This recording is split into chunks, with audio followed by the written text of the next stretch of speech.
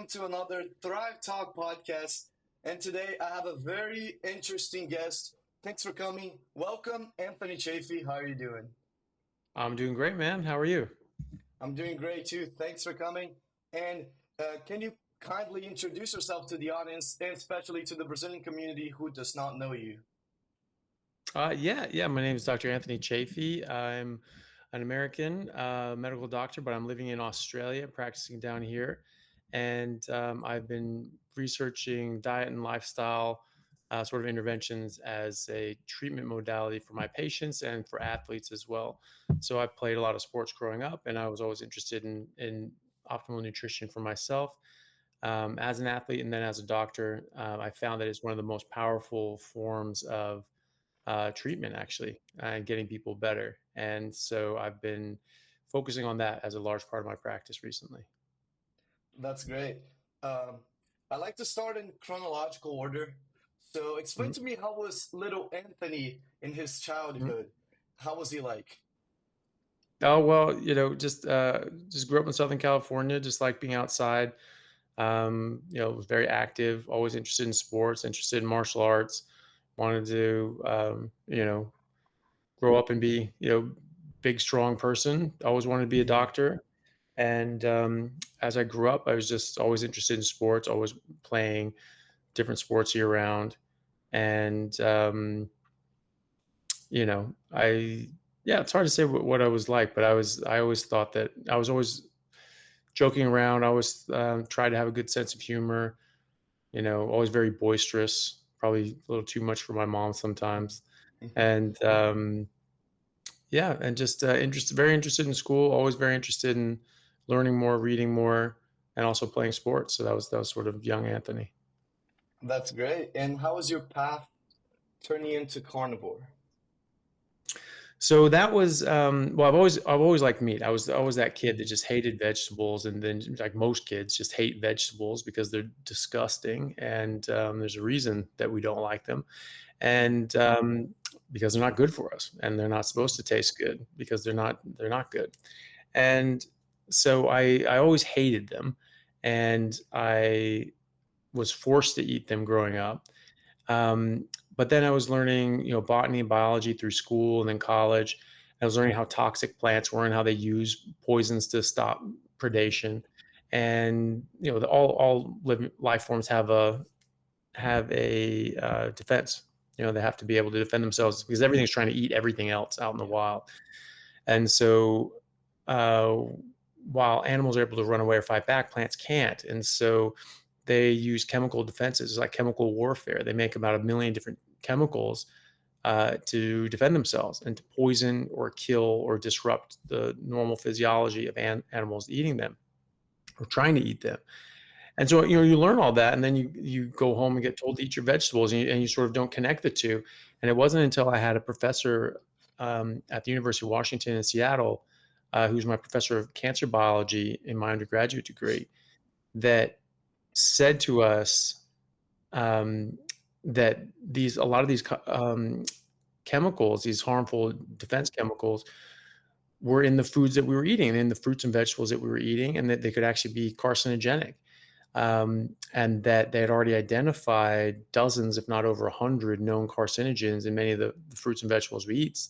Brussels sprouts, he told us, had at that time, so it's 24 years ago or so Mhm. now, they had identified 136 carcinogens just in Brussels sprouts and over 100 in mushrooms and 60, 80, or over 100 in all these other plants and fruits and vegetables that they give us literally a list, just pages of all these different produce items and the number of identified carcinogens that were in them. So it was quite shocking to us.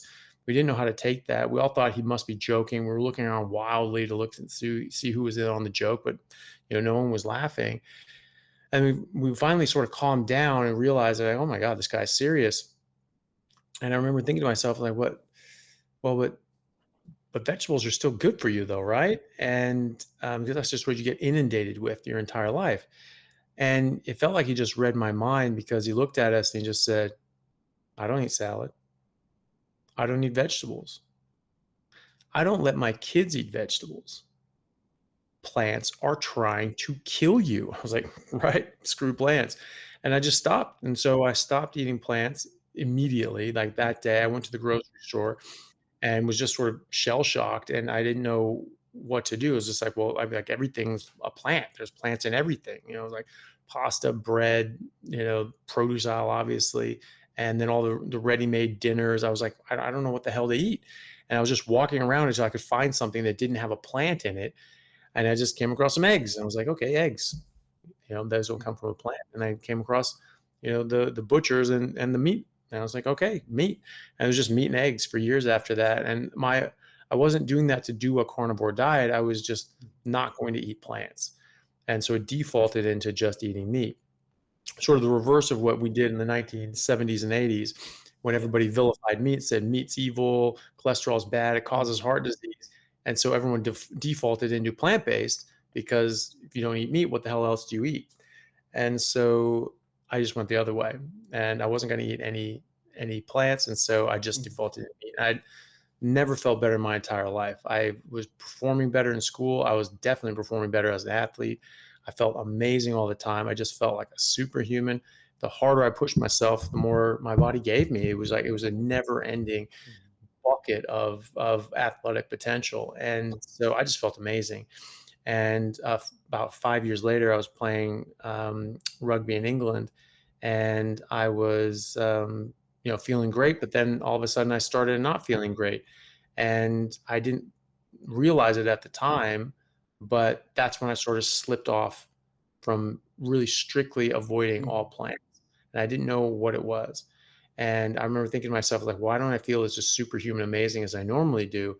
Am I not pushing myself as hard? Am I not working out as much as I used to? Like, I'm 25 now. Am I just dying now? Is that it?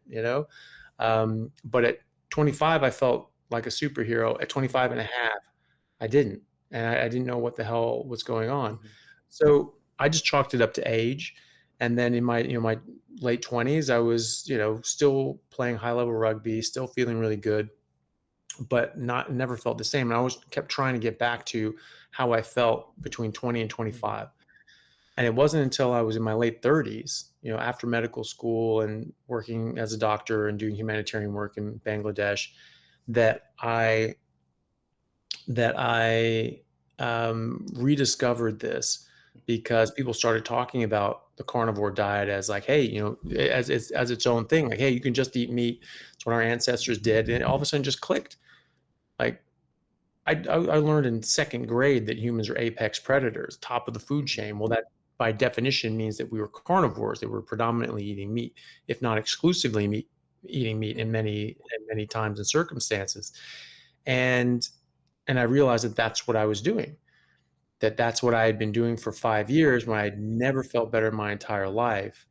And I was always trying to figure out how I got back there. And it all of a sudden just clicked. I said, right, I knew it. I knew plants were trying to kill me, get rid of these stupid things. And I just cut out the vegetables. But I was never eating a processed food diet. I was never eating the standard American diet. I always ate very clean, mostly meat, uh, vegetables, whole vegetables and salads out of sufferance, because you're supposed to, because they're good for you. And so I did eat them. But I never ate junk food. So, people saying, well, the only improvements you get from going on carnivore is just because you're getting away from the junk food. Bullshit. I was never eating junk food. I was eating so-called healthy, whole fruits and vegetables, mostly vegetables. I didn't eat all that much fruit.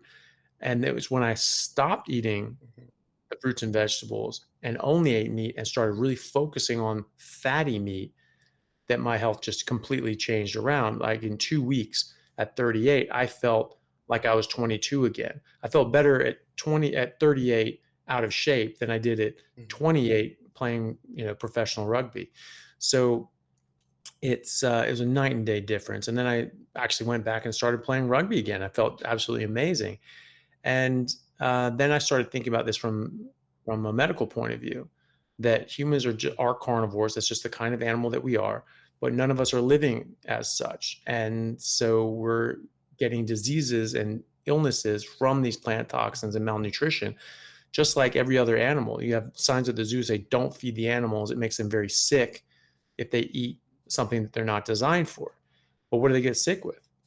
They get obesity, heart disease, liver disease, diabetes, cancer, arthritis, and autoimmune issues, things like that. So it's all the same things we get. They call them human diseases. And when you feed these animals human foods, they get human diseases. And you feed dogs and cats kibble, they get human diseases as well. So those human diseases are what we just call getting older. And these chronic diseases, oh, it just happens. So something you can do, just take these pills and that's it. Try not to eat meat. Ooh, evil meat. That just makes it worse. It's funny because when you only eat meat, all these problems get better. So it really can't be the meat, can it? So that's when I started really digging into the research and really trying to look at the literature to see what we knew and what we could prove and what we still needed to prove, and also check with the vegans and the plant-based people pushing that nonsense, because I didn't want to just look at one side of the story. I was like, okay, everything's looking roses for the meat diet. Well, what am I missing? What's so great about plants? And so I looked at all the arguments that they had, and they were just all the same tired old lies that have been disproven 1,000 times.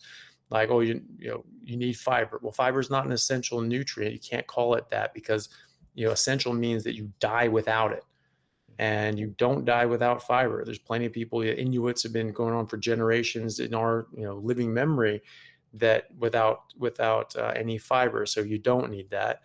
And that cholesterol causes heart disease, red meat causes cancer. All that is garbage. It's just complete bupkis. So those are the only major arguments they had, is don't eat meat because it does these things, which we absolutely know for a cold frozen fact are not true. And that was it. So everything is looking very good for the meat diet. And I found study after study after study that showed significant benefit in high fat meat based ketogenic diets, which is what a carnivore diet is.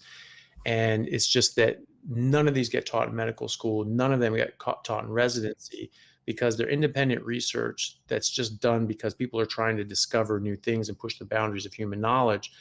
They're not driving a product. And so there's no marketing department behind the ketogenic diet or the carnivore diet, because there's no product at the end of it. You have a Impossible Burger or Beyond Meat and all that sort of stuff. That's a product. So they're funding plant-based research to put out plant-based propaganda, because they want to sell their product. Or Coca-Cola, Pepsi, Nestle, they put out the majority of nutritional research because they want the plant-based movement pushed forward, because they know that you don't just go to eating raw quinoa. You go out and eat the processed garbage food that are generally prepackaged. So there's tons of evidence, and I've just been exploring that more and more, and then trying to educate people on that. And that's sort of been my bent for the last few years. That's great. Yeah, I also had a family that tried to push me some veggies Mm, because they were told that that's healthy and everything. mm, I completely understand. And I also don't understand about the fact that plants and like the carcinogenic compounds present in them is not as diffused to the public. They don't know about the anti-nutrients, the carcinogens over there. I mean, I was never taught that in school. I was taught that saturated fat was bad in school. My mhm, biology class, biology one last semester in the spring 2023, my teacher mm. just said, oh, polyunsaturated fats are the best for you, and saturated fats you got to avoid, and trans is horrible Nope. for you. Yeah, Yeah, I know. I absolutely not. completely understand that. And why do you think saturated fat and meat exactly was like demonized within the 70s, the 50s? Can you explain that backstory for them? Yeah, so well, it actually starts in the early 1800s. Actually, it was with part of the puritanical movement and the temperance movements, Mm, to suppress sexual urges and suppress masturbation. As weird as that sounds, wow. why do you care what? Why, I don't know why people just care what other people are doing, but they did, and there was they thought it was one of the worst things that was facing society was self vice, which is masturbation. It's just like that's the biggest thing you got to worry about. You probably live a very blessed life, and but that was it. And so in the early 1800s, there were there were people coming out saying that you needed to eat a bland plant-based diet in order to suppress your sexual urges. This is where graham crackers come from. Sylvester Graham put that forward in the mid 1800s, saying, hey, you need to eat a bland plant-based diet in order to suppress your sexual urges. There was someone named Ellen G. White, who was one of the original founding members of the Seventh-day Adventist Church, and she was said to be one of the a prophetess of the church. And she said that she had a vision from God saying that um, that meat was evil because it caused lustful feelings, and lust was a sin. Therefore, meat was a sin. And so they started pushing that. Her protege was a kid named John Harvey Kellogg, who grew up to be Dr. Kellogg. He was a very famous doctor. He was one of the original doctors to the stars. Presidents went to him, politicians went to him, movie stars went to him, Carnegie went to him, Rockefeller went to him, Henry Ford went to him. He was extremely influential. They even made a movie about him. Anthony Hopkins played him. It's called The Road to Wellville.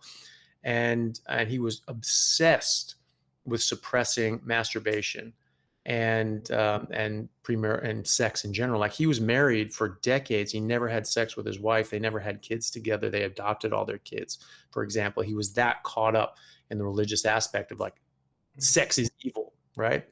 And so, they twisted that poor kid's mind, and he was very influential. And so that unfortunately had a big influence on the US. He and his brother founded Kellogg cereals, and he invented a lot of different sort of plant-based meat alternatives to push a plant-based diet in order to suppress sexual urges. And that was the purpose of it early on. And he wasn't hiding it. He wasn't trying to, pretend it was something else. He was like, "Oh, you need to suppress this. You need to do this for this reason."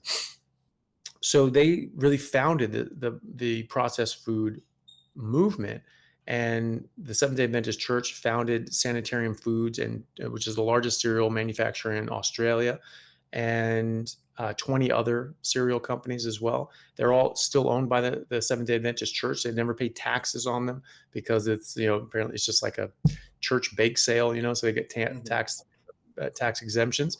And so now you have this religious ideology backed by a multi-trillion-dollar processed food industry. And so they actually are quite powerful.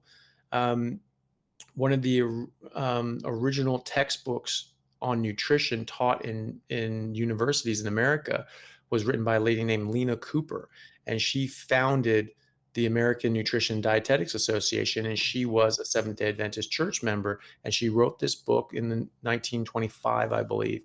And that was, I think it's still being taught in the current editions, and it was all plant-based. Then the major driver was the rise of heart disease and cardiovascular disease, which was a brand new disease in the 20th century. There were autopsies and dissections that showed atherosclerosis as a pathological finding going back hundreds of years, but they hadn't seen really people dying of a myocardial infarction. In America, the very first death from myocardial infarction was in 1912. And they coined it a heart attack because, as I'm sure you know, when you get a myocardial infarction, the coronary vessel or vessels get blocked off. And so that whole area of the heart dies. And so you can die from an arrhythmia because that can change the electrical nature of your heart. But also that tissue can die and it gets weak, and sometimes it'll scar down, but other times it'll just rupture. And so the thing will just explode out, and it'll look like your heart was attacked. And so heart attack.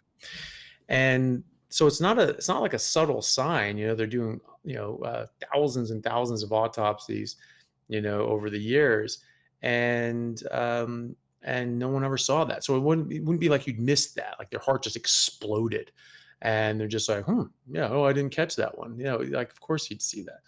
And the first one was in 1912, and then after that, there started becoming more and more. In the 20s, it was very prevalent.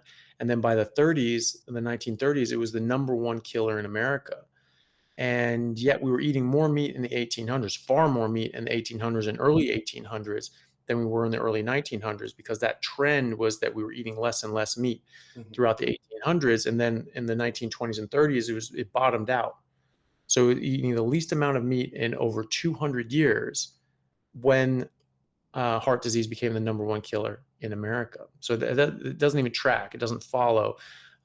So there's no association whatsoever. And if there's no association, that means there's no causation. Obviously, you have to have an association of a cause and effect relationship. But okay, what's going to be the problem then?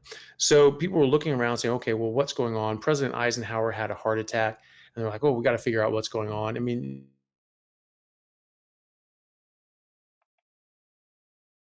Mm.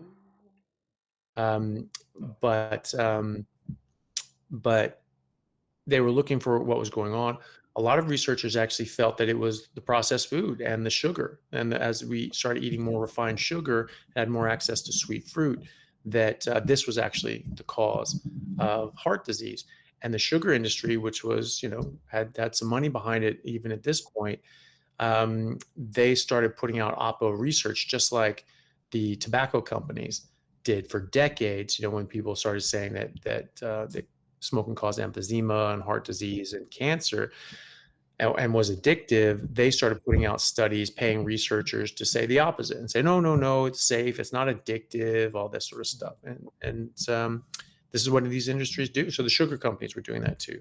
So they paid off a lot of people, like Ansel Keys, famously, who was on the cover of Time magazine with the cholesterol heart hypothesis. They were looking for a scapegoat, and they picked cholesterol.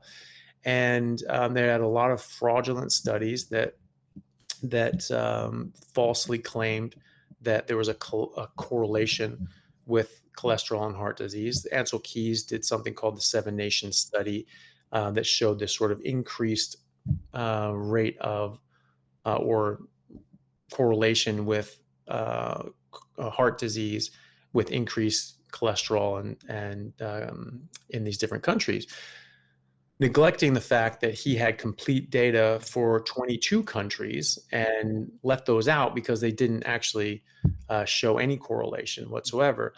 Also neglecting that in those that Seven Nations study, just for those countries that he cherry picked to fit that curve, um, the R value, so the correlation between sugar and heart disease, was exactly the same as the correlation between cholesterol and heart disease, even in just those seven nations that he cherry picked, and obviously failed to sort of mention that, and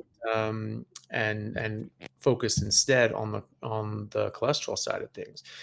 The Journal of the American Medical Association, JAMA, published in 2016 actual internal memos from the sugar companies, called the Sugar Research Foundation, detailing how they paid off 3 Harvard professors to falsify data and publish fraudulent studies to make it appear as if cholesterol caused heart disease, when it was much more likely to be sugar, and to exonerate sugar and say that it was safe and it was just an empty calorie. In fact, you should avoid cholesterol, you should avoid fat, and well, maybe it causes heart disease, maybe it doesn't, but it's not going to hurt you just to cut it out, but you need those calories, so just replace them with sugar. And that was the position of Ansel Keys for a long time too. One of those professors from Harvard was named head of the USDA, and he was the one who authored and published the USDA declaration in the late 70s saying that cholesterol caused heart disease, saturated fat increased cholesterol, stop eating both. And it really had a big impact on the world, and it was fraud. It was a known fraud. And there, you can't make a cause and effect statement without experimental data. You cannot correlation cannot ever show causation. Even if there's a very, very strong correlation, like smoking has like an 11,000% increased association with lung cancer and emphysema than non-smokers, right? You still can't, you can say it probably causes it, but we actually don't have cause and effect studies. Now there's the Bradford Hill criteria. We can say this is probably a cause and effect sort of relationship. But you really can't say something causes something without experimental data to back it up. And there is no experimental data showing a cause and effect relationship between cholesterol or saturated fat and cardiovascular disease. But there are at least 5 randomized controlled trials with thousands of patients and participants looking at replacing saturated fat with polyunsaturated fats and vegetable oils, margarines, things like that, Mhm. and lowering cholesterol. And 3 of them found that this gave absolutely no benefit by doing this to cardiovascular disease. And 2 of them, the larger, better designed studies, actually showed that in the group that they lowered cholesterol, that more people had died of heart attacks and strokes as a result. And that one of them was called the Minnesota Coronary Experiment that had about 9,500 participants. They were institutionalized so they could control every meal, and they followed them for years. So it's a very, very well designed and controlled study. It's as good as you'll ever get with a nutritional study because you normally can't control what people eat. You just have to trust that that they're reporting things accurately, which they never do. And our good friend Ansel Keys was one of the lead researchers in that. And so when it came up with those results, did he say, "Oh well, yes, I guess my theory was wrong"? No, he buried it and never let it see the light of day. It was finished in 1973, so this was before the USDA said that everyone needed to stop eating cholesterol and saturated fat. So they knew this data at the time, and they buried it for 40 years. It wasn't until Dr. Ramsden over at the NIH uh, found out that this study had been done and then contacted the children of one of the other lead researchers to see if they had some of their dad's old stuff. And lo and behold, they found that he had a whole bunch of data from that study Mhm. in his basement. And then they subsequently published it in 2014 in Nature. And so, it really pokes a big hole in that argument. And seeing as that Ansel Keys was, a lead researcher on this, this wasn't him making a mistake. He was a fraud, and he was Mhm. intentionally misleading people. And he knew that the experimental data showed the opposite of what he was espousing. Um, and so that was it, really. It was just from greed and ideology that they vilified meat, vilified saturated fat and cholesterol in order to protect their investment and poison people. The tobacco companies spent decades lying about the dangers of smoking, and that killed a lot of people. And they kept pushing out their poison and saying that it was safe. And the sugar companies have gotten away with that too, and these processed food companies have been doing that too. And they vilified the healthiest food that has ever existed for humans to eat, and they're promoting this toxic garbage that is causing harm. And since the 1970s and early 80s, when we've reduced red meat, in particular, reduced saturated fat and cholesterol, and increased fruits and vegetables, increased grains, increased sugars and high fructose corn syrup. And the fats we're eating now are the vegetable oils. We've over tripled the calories that we get from seed oils, from vegetable oils. And what happened? The chronic disease rates have gone through the roof. We've never had this burden of chronic diseases. We're the fattest and sickest that we've ever been in human history. And they're still trying to blame that on meat, which is just hilarious at this point. I mean, it's just, I don't know. It's just a bit sad and pathetic that they're doing this. We're eating less and less red meat, and they're still trying to treat that as the boogeyman. And yet we have thousands of randomized controlled trials in humans showing that a high fat meat based ketogenic diet, quite often with red meat, actually reverses all these diseases Mhm. that they're saying, oh, we have this correlation with red meat and diabetes. Yeah, but there's this other study with thousands of patients that shows that just giving them a ketogenic diet full of red meat reverses diabetes. So, Mhm. obviously that's better information. So, yeah, it's a bit tied up. There's a lot of different loose ends, but it's just from ideology, religion, and now financial incentives to keep backing a plant-based diet approach so that people keep eating processed junk food. Processed food is plant food. It's plant-based food. And so if you vilify meat, then people just go into eating processed crap instead of eating whole, healthy meats like we've been doing for millions of years. Yeah, I totally agree. And talking about the LDL, for example, we've been told that LDL is like the best indicator for cardiovascular Mm. health, which we have been told for like years and years. And now we know that LDL is a horrible indicator of cardiovascular health. And Oh, now yeah. we actually need to measure other stuff, such as triglycerides, let's say, um, HDL to triglycerides ratio. We can talk about insulin sensitivity. So if your insulin is Mhm. high when you fasted, which means insulin resistance, and other indicators also such as C-reactive protein, for example. Weston A. Price is a really good example that um, he showed like similar populations within the same country, which had similar diets. However, the ones that had problems in their teeth, which was um, the measurement that he was using, like the structure of the teeth and their mandible, was not that good when when they started eating human food and mostly foods that are rich in carbohydrates, especially sugar, high fructose corn syrup, and etc. So, talking about again about the carnivore diet. So, what mistakes, let's say, you made during the diet that, let's say, like the future carnivores could experience, and how you could avoid it? Well, one thing that I did, because I wasn't doing a specific diet. I was just avoiding plants basically. And so um, one thing that no one told me was that my hunger signals are going to be wildly different, and that it's very easy to undereat on a carnivore diet. Normally, because of what we're eating, because we're eating carbs and we're eating just highly, manufactured foods, it is designed to be highly palatable and compulsively eaten, and that's by design. So that because if you're eating things compulsively and you're eating more of it, well, then you're using more product, you're buying more product, and that's your business model. They used to fatten pigs by giving them grains and skim milk. Mhm. And I found a paperback from the 1930s that was sort of the best way to fatten them up for lard. That was one of the major products that you had from pigs was lard, and back when people actually used to cook with it. And so what they said was you give them grains and they'll eat more and they'll bring their poundage up, and they'll raise their insulin, and that's going to store fat and all that sort of stuff. But you give them skim milk as well, and they actually get even fatter and put even more weight on.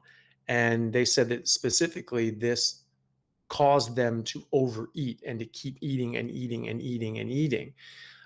Carbohydrates will make you overeat because they'll raise insulin, which eventually will drop your blood sugar. Your insulin Mhm. stays up, your blood sugar then eventually goes down. You get hypoglycemic. It's called reactive hypoglycemia.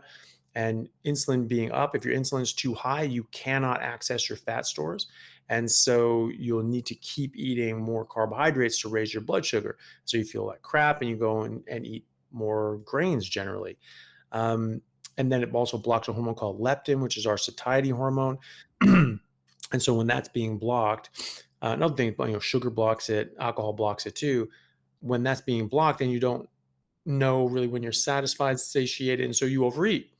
And then the skim milk had a lot of casomorphines that um, cause the baby animal to encourage them to eat and eat and eat and drink more milk and drink more milk and drink more milk, so that they grow big and strong, and they grow up quickly because baby animals are very vulnerable to predation and the elements. And so when you combined grains and skim milk, that really caused them to overeat and gain even more weight, even more than each of them independently. What is grains and skim milk? It's breakfast cereal, Mhm. right? That's Kellogg's, you know, Kellogg's cornflakes. And so that's how we've been fattening up hogs for slaughter for centuries. And we wonder why we have an obesity problem. So normally, when you're eating this high octane garbage, you can't trust your hunger signals. Mhm. So most people say, "Oh, well, there's a saying in Japanese. I forget, the original Japanese, but it basically states that you basically leave every meal only 80% full, and you always 20% hungry. That's how you have to regulate yourself with that self-control. I mean, animals in the wild don't have self-control. I mean, when was the last time you saw, like a fat, badger or something like that? I mean, like, oh, that's Bill. It just doesn't have any self-control. It just eats all the time. Or a koala. I mean, they have no natural predators. They're just sitting in their food source, and they're just eating leaves all day. And you don't see some obese ones and like, oh, hey, you gotta keep it down. You gotta stay hungry and all that sort of stuff. It's nonsense. You wouldn't have these natural signals if you weren't meant to use them, but they can get deranged. And so when you're eating carbs, when you're eating other sorts of things that can disrupt your hunger signals, you do have to limit what you're eating. You do have to track your macros and count calories and limit what you're eating. And so typically people go, and when they start feeling satisfied, they say, "Oh, I can stop, so I should stop." And because they have to keep food at bay, because otherwise they're going to overeat and get too fat. Well, that doesn't happen on a carnivore diet because that's our natural evolved diet. This is one of the ways you can tell it's our natural evolved diet, because you can listen to your natural evolved instincts Mhm. like hunger. And so Yeah. if the meat tastes good and you're enjoying it, yeah, you're hungry, keep going. So I just never felt hungry. I never felt hungry in the same way. So I really underate. And because I was so busy with school and, I was going to college and playing rugby, I was in the class all morning until about 3 o'clock. Then I went straight to rugby practice for the university team at 3:30. And then I'd train until like 6 or something like that, and 6:30, and then 7 o'clock I'd have to go over to my men's team Mhm. practice, for the premiership team that I was playing with in Seattle. Mhm. And then I'd train until 9:30, and I get home at 10 o'clock, 11, or something like that. So very busy, and I just wasn't hungry all the time, so I just didn't eat every day. And sometimes it'd be like multiple days in a row I wasn't even thinking about eating. So it eventually caught up to me, and I couldn't figure out what was going on. I just wasn't feeling as good as I normally did. And I just realized, I was like, it has to be because I'm not because I'm under eating. But I was like, but I am just not hungry. I just don't feel hungry. But it's like, it doesn't matter. I need this food. I calculated it out. At one point, I think I was Mhm. averaging about 400 calories a day, you know, Mhm. as a 230 pound, 6 Yeah. guy, training for, 6, 7 hours a day. It's obviously not enough. And then playing games on the weekends. So it's, it's, uh, it's something that I figured out. I said, I just have to eat. It doesn't matter if I'm hungry or not. I just have to eat every day. Mhm. And it always tasted great every day. So that's one thing I figured out, was that you have to relearn your hunger signals. And a major factor um, is taste. And so if fatty meat tastes good, your body's saying, yes, we want those nutrients. And your body tracks those nutrients in your stomach. There are receptors in your stomach that track up the vagus nerve to your brain, that track the macros and micros. And so as you're getting more nutrients in your stomach, your brain says, hey, we don't need these as much, since your taste response starts going down and down and down. Mhm. So it starts out, first bite of the steak tastes amazing, and the next bite is slightly less good, until finally it doesn't taste good at all. And so if you go until that point where you get a bite where it just sort of tastes like cardboard, you go, oh, I'm not really enjoying that, and then you stop, then that's satisfying your body's demand for those nutrients. I didn't know that at the time, so I try to impress that upon people now. You don't have to overeat. Thing is if you have a whole big plate, and some people are used to eating a lot more than they necessarily need to, and you get halfway through that plate and it starts tasting bad, and you're not really enjoying it, stop. Because some people say like, "Well, I have to finish my plate. I haven't finished my meal. I'm going to eat this. It doesn't matter how much meat you eat as long as it's meat." No, it does matter. And your body's telling you very clearly, stop doing it. And so you eat fatty meat until it stops tasting good, and you do that as many times a day that you need to. But that was a big one for me. I really underate, and it's really easy to undereat on a carnivore diet. So you have to be mindful of that. Yeah, I completely agree with what happened with you because For example, my parents, they have been told all their lives that, red meat is bad, even though my dad, for example, would eat and not care still. Mm. But like they don't know what's actually feeling satiated and eating like a good amount of protein. For example, my mom cannot eat 3 eggs, like more than 3 eggs in a single meal, like a single breakfast. So that's at least for me, that's very small, I would say. But for people who do the carnivore diet and they redefine their satiating hormones and their hunger hormones, that's a completely different thing. So Mm. yeah, that's what they do not know. Especially for me too. I used to eat like 3 eggs, be satiated. Now I eat eight, and I'm feeling good. Yeah. So Yeah. what about electrolyte issues? A lot of people talk about electrolyte problems in the carnivore diet, especially because insulin levels goes down. Hmm. Well, insulin does go down, but remember it had to come up in the first place, right? Because you're not Hmm. born with insulin resistance. Babies are in a state of ketosis. They're actually in ketosis in the womb, and they're ketosis when they're breastfeeding, even though they're taking on board lactose in the milk. It's very important for babies to be in ketosis because that's how the brain grows. The brain actually maximally drives on ketones. And ketones can cross the blood brain barrier and reconstitute into fatty acids, which actually make up the physical structures of the brain as well. So, ketones are very important. Being in ketosis is very important, especially for growing children and adolescents. Um, which is a big problem. Actually, our brain size is actually reduced by 11% since the agricultural revolution for men and 17% for women. And that happened immediately after the agricultural revolution. It didn't take hundreds of years or thousands of years, it was overnight. And that's persisted until today. And we see this every time a population transitions onto a Western diet, a post agricultural diet, the height, health, and brain size shrink, and they get sick and they get all these chronic diseases that we get that they do not get when they're eating their natural diet. So remember that we're supposed to be in ketosis. We're supposed to have a low level of insulin, and it takes decades to build up insulin resistance.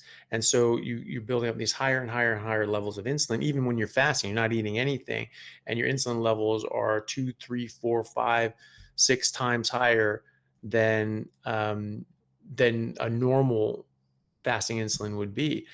And when people argue, it's like, well, you eat carbs and then insulin goes up, and that's just normal. And insulin drives that into cells. Oh, that's just a normal process. Well, it's normal down here at normal physiological levels. But when you start elevating, getting hyperglycemia and hyperinsulinemia, that becomes imbalanced because the insulin doesn't just drive energy into cells. It actually affects over 100 different mechanisms in the body. And so when you elevate that by eating carbs, it's screwing up everything else.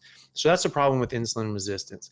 And one of those things that insulin affects is electrolyte reabsorption Hmm. in the kidneys. And that's true. But when you're 2 years old, you don't have insulin resistance. Your fasting insulin is probably around a 3 or 4. Hmm. And then I've had patients whose fasting insulin were in the 70s, and then when they eat, it's probably over 100. And so, how did that how did that come about? Because Hmm. what people say is that, well, when your insulin drops down, you have to keep taking electrolytes because you're going to be losing all these electrolytes, and that may happen at first, but there are other mechanisms. There's other side of that tug of war with electrolytes with insulin, because the kidneys had to adjust and adapt to the higher and higher and higher levels of insulin. And so they had to, because insulin will draw in electrolytes. So they had to pull them out harder, because if you get too many electrolytes, you die. You get too little electrolytes, you die. So you need the right amount. And so the thing is it took decades to get your insulin up, up, up, up, up, up, up, like that. Um, and it can take weeks and months for the insulin to come back down.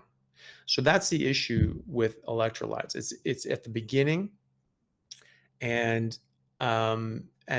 people can lose too many electrolytes early on. Sometimes people think that this might be the culprit behind what's called the keto flu, where people feel they're just a bit rotten, Hmm. they get lightheaded, they start getting drops in their blood pressure because they're spilling out too many electrolytes, they're losing water with it, and they're getting low blood pressure and Hmm. things like that. Um, but it normalizes. So after a couple weeks or months, when you're more keto adapted and your insulin is back at a normal level and your body has readjusted back the other way, you don't need to do that. I don't even use salt anymore. I haven't salted in probably a couple of years now. If I go to a restaurant, there might be some salt on it or whatever, but it generally tastes too salty to me. And so early on, it's a good idea to keep an eye on that. And if you feel a bit rotten and wretched, especially if you're getting dizzy when you stand up, think about electrolytes, think about adding more salt, think about adding in some potassium or magnesium. I've never seen anybody actually get a deficiency in sodium or potassium Hmm. by going on a ketogenic carnivore diet. But I have seen people that have felt better by adding in a bit of electrolytes or adding more salt early on. I've only seen one person ever have to continue copiously salting um, on a daily basis after years on Hmm. a ketogenic diet, not a full carnivore, but just a ketogenic diet. And it could be a difference between ketogenic and carnivore. They're still eating vegetables and different sorts of things. That might be something to do with it, but maybe not. But that's the main thing is that when your insulin is readjusting, yes, you can lose too many electrolytes, but it's not a long-term thing. You don't have to keep taking electrolytes forever. It's just when your body's rebalancing. Because it's a very powerful hormone, and you have to sort of there's a sort of a power vacuum once you get rid of the insulin. You have to let things sort of stabilize for a while. Makes sense. And lastly, what about I saw Paul Saladino talking about it, and what about low thyroid levels? Does that it's similar to adaptive thermogenesis and ingesting too low fat, too low protein, as you were talking about earlier? Well, the thing is that there's a guy named Professor Steve Phinney who's a professor at UC Davis, or professor emeritus at UC Davis. I don't know if he still teaches there, and he's done research on ketogenic diets for decades. Hmm. And that's one thing that he found was that you don't actually need as much thyroid hormone when you're on a ketogenic diet, because you use that thyroid hormone more efficiently, as you get the same effect, you get the same metabolic effects, and so you're not in a deficiency. Hmm. You're not hypothyroid or slightly hypothyroid um, when you're doing that, when you're doing a ketogenic diet. That said, I haven't actually ever seen anybody in my clinical practice reduce their thyroid. I actually see them improve. There's a lot of reasons for that. One is that you are removing a lot of the barriers towards normal thyroid function. Hashimoto's thyroiditis is an autoimmune disease that is very prevalent, it's very common. You make antibodies towards your thyroid and you damage it. I test for these things. I find a lot of people with Hashimoto's. And so if someone has thyroid dysfunction, I want to know why. I'm not just going to go, well, it is what it is. Here's some medication. No, why do you have that? That's not normal. We should find out why. And so I test for Hashimoto's and I find it. And so when you go on a carnivore diet and you're removing plants, you're removing all these plant toxins, Hmm. from what I can see, autoimmune diseases, all of them, come from these toxic exposures, predominantly from plants, and your body's making antibodies towards those plant toxins because they're getting in your body and they're foreign objects and getting through like leaky gut and things like that. Hmm. And they're not supposed to be there. So you get antibodies towards them, you get cross reactivity with your own body, or those plant toxins are attacking your body and then you make antibodies towards that Hmm. complex. Either way, when you stop eating plants and go on a pure red meat and water diet, those antibodies just come down. And I watch them and I track them in my patients and I see them come down to zero quite often if they're able to stay strict. And obviously there's other health concerns as well that people can optimize, but food being the major component. And so when you remove that barrier, all of a sudden these antibodies come down and thyroid function starts going up. The other thing is that there's an entire category of plants called goitrogens that Hmm. cause goiters, and goiter is an enlarged thyroid. It causes dysfunction of the thyroid, so it swells up because you're getting all the signal from your brain saying, "Hey, we need more thyroid hormone," and it can't. It's just swelling up, swelling up, swelling up, but it's not making thyroid hormone properly, so it's causing a goiter. And so, I mean, kale is a goitrogen, has goitrogens in it. They used to give kale to livestock, but they had to because it was Mhm. killing them.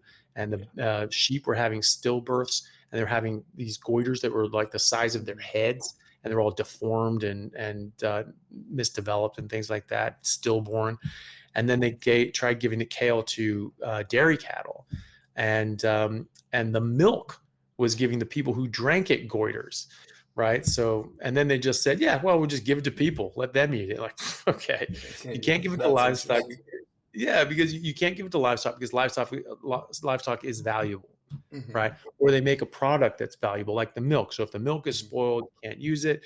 They're giving it to the sheep, and the sheep are dying, or the babies are being stillborn. You can't do that anymore. Okay, well, what do you do? But humans are inherently worthless.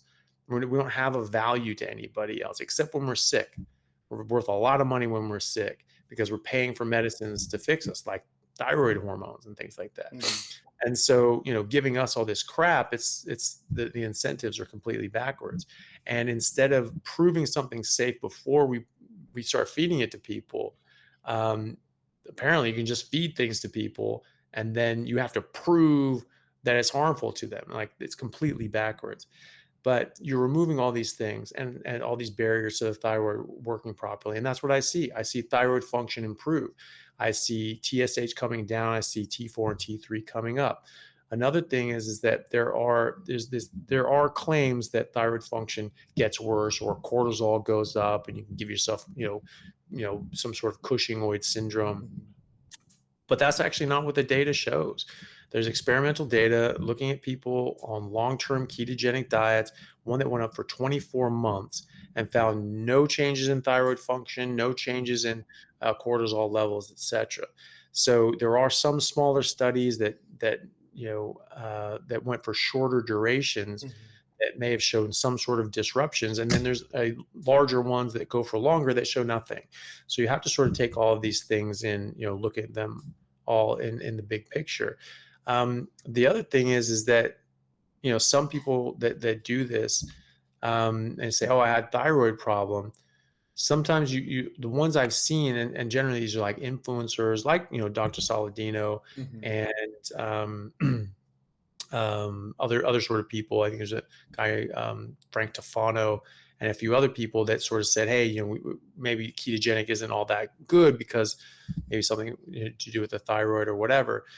They were almost all eating a lot of liver, and that I think is it's a theoretical problem anyway, because liver has a lot of vitamin A, retinol, Hmm. especially beef liver, and hypervitaminosis A is well described in the literature uh, as causing or suppressing thyroid function.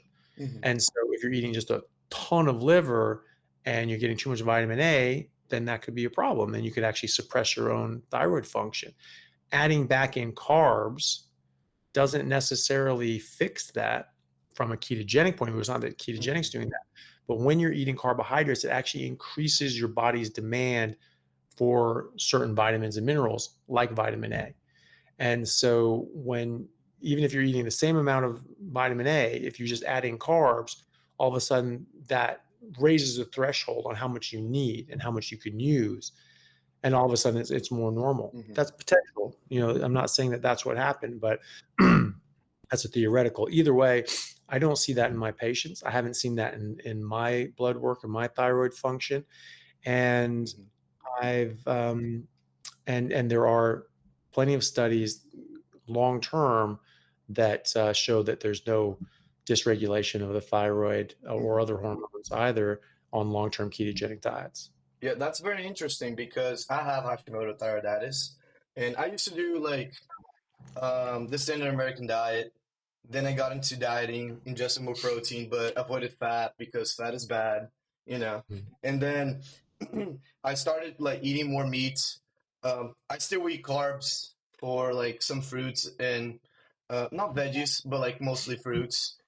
But I've been feeling much better, and my blood work, especially my thyroid peroxidase, which is one of the measures for Hashimoto's thyroiditis, is much better right now. And I have a question for you. So you talk about obviously carnivore diet, and milk and cheese is also, let's say, an animal product and also considered part of the carnivore diet. And what do you think for someone who has the problem for Hashimoto's or any other autoimmune issue, ingesting milk and cheese, and for someone that doesn't have any problem with it? What do you think about it? Yeah, so most people with autoimmune issues should really stay away from dairy. Hmm. It can be pro-inflammatory. There's a lot of great nutrients in dairy, especially raw dairy, raw milk, things like Hmm. that. Tons of amazing nutrients, but it is a bit pro-inflammatory. It does have these casomorphines that increase the hunger signal. You can overeat. It can raise your Hmm. insulin. Will raise your insulin if you're drinking milk, and can make you chase your blood sugar and start chasing carbs throughout the day. Same with fruit, and but a big thing is that the casein proteins in milk can be pro-inflammatory, and I've seen a lot of people with autoimmune issues have serious problems with dairy, even raw milk, things like Hmm. that. They cannot tolerate it.